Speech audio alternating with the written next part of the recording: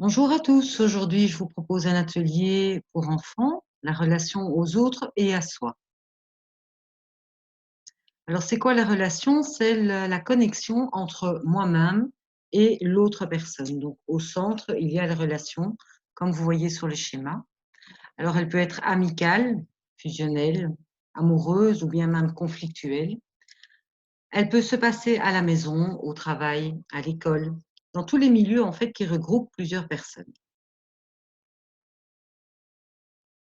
Comment je me sens en relation? Alors on peut s'y sentir très bien, heureux, tout comme le contraire, par exemple quand on se dispute ou qu'on a un conflit, alors du coup, ça nous rend malheureux. Et dans ce cas, il faut pouvoir trouver des solutions. Comment améliorer ses relations avec les autres? Tout d'abord, il faut comprendre la situation par l'écoute. On écoute ce que l'autre a à dire. On peut changer de regard et se mettre à la place de l'autre aussi et faire preuve d'empathie. Pouvoir se dire, OK, comment est-ce que moi j'aurais pu réagir dans telle ou telle situation? Augmenter le sentiment de sa propre valeur permet aussi l'acceptation de l'autre. Donc, on part du principe que si on s'aime soi-même, on est capable d'aimer les autres. Il faut également pouvoir exprimer ses émotions et ses attentes. Trouver une solution qui convient à tout le monde, que les deux parties soient OK. On évite bien entendu les reproches et les klaxons. Donc la relation klaxon, c'est quand on renvoie toutes les fautes à l'autre personne et on est dans le tu n'as pas fait ça, tu as dit ça, etc. Alors pour qu'une relation fonctionne bien, il faut le respect de l'autre et de soi-même. Alors c'est quoi le respect? C'est un sentiment de considération envers quelqu'un qui porte à le traiter avec des égards particuliers. C'est évident qu'on ne va pas s'adresser de la même façon à son père, par exemple, ou à sa mère, que par rapport à une copine ou un copain. Donc le degré de respect est différent. Et c'est ça des égards particuliers. C'est la considération que l'on a pour certaines choses aussi, quand on respecte ses affaires, qu'on ne casse pas tout, qu'on respecte les affaires des autres. Et puis ça peut être le respect de la parole donnée, de ses engagements. Le respect, c'est le respect de soi, au niveau de ses besoins, de ses valeurs, de ses sentiments, de ses rêves aussi.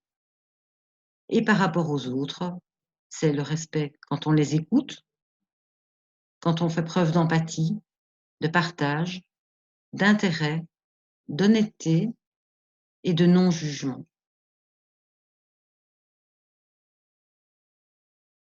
Ne pas se respecter soi-même est grave. Si tu manques de respect envers toi-même, tu vas te sentir mal parce que tu n'auras pas écouté ta petite voix intérieure. Si tu penses non et que tu dis oui pour faire plaisir par habitude, tu ne vas pas te sentir mal, tu vas pas te sentir bien non plus. Et si tu vas à l'encontre de tes propres valeurs, par exemple suivre un copain qui vole ou qui ment alors que tu ne le veux pas, également tu vas aussi te sentir mal. Si tu ne tiens pas compte de tes sentiments, de tes émotions, si par exemple tu es déçu, triste, révolté, de ne pas s'exprimer peut à la longue te rendre malade. De même que te dévaloriser toi-même est un manque de respect envers toi et peut amener à une source d'agressivité. Si évidemment tu te considères comme un incapable et que tu ne te sens pas en mesure de réaliser les choses et tu te dénigres, ce n'est pas positif. Par contre, si tu as des pensées positives, en faisant de mon mieux, j'arrive toujours à quelque chose de positif, comme c'est repris sur le dessin. La pensée positive est un outil très puissant pour être en accord avec soi et avec les autres. Voir le positif dans chaque situation permet de se sentir bien et d'aller de l'avant. Ici, je te propose un recueil de 10 pensées positives que tu peux lire tous les jours ou afficher dans un endroit que tu vois tous les matins, par exemple, dans la salle de bain ou sur ton bureau ou sur le frigo.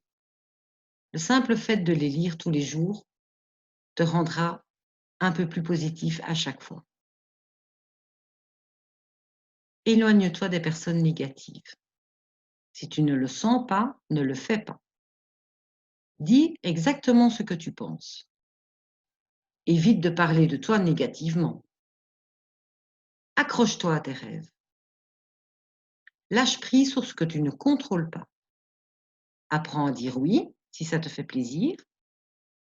Apprends à dire non si tu n'es pas d'accord.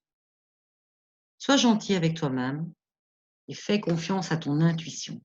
Ton intuition, comme on l'a vu là tantôt, c'est ta petite voix, la petite voix qu'il y a dans ta tête.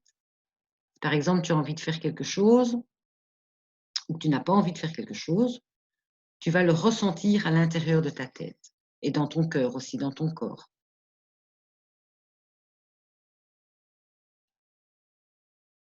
Alors, dans tes relations, tes amitiés, qu'est-ce que tu recherches chez l'autre? Et qu'est-ce que toi-même tu donnes à l'autre?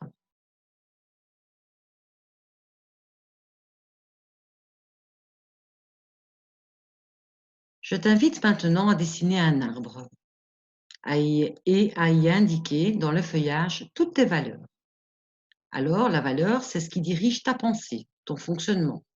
C'est ce qui fait que tu vas faire telle ou telle chose et que tu vas être en accord avec ce que tu fais. Par exemple, la famille, les études, l'honnêteté, le partage, la tendresse.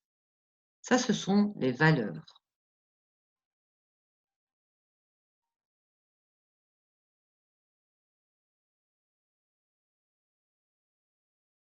Maintenant, je t'invite à y indiquer au niveau du tronc tous tes besoins dans la relation. Un besoin, c'est ce qui fait que tu es bien quand il est satisfait et que tu te sens mal dans le cas contraire. Par exemple, tu as besoin d'écoute, d'empathie, de tendresse, de complicité, de partage.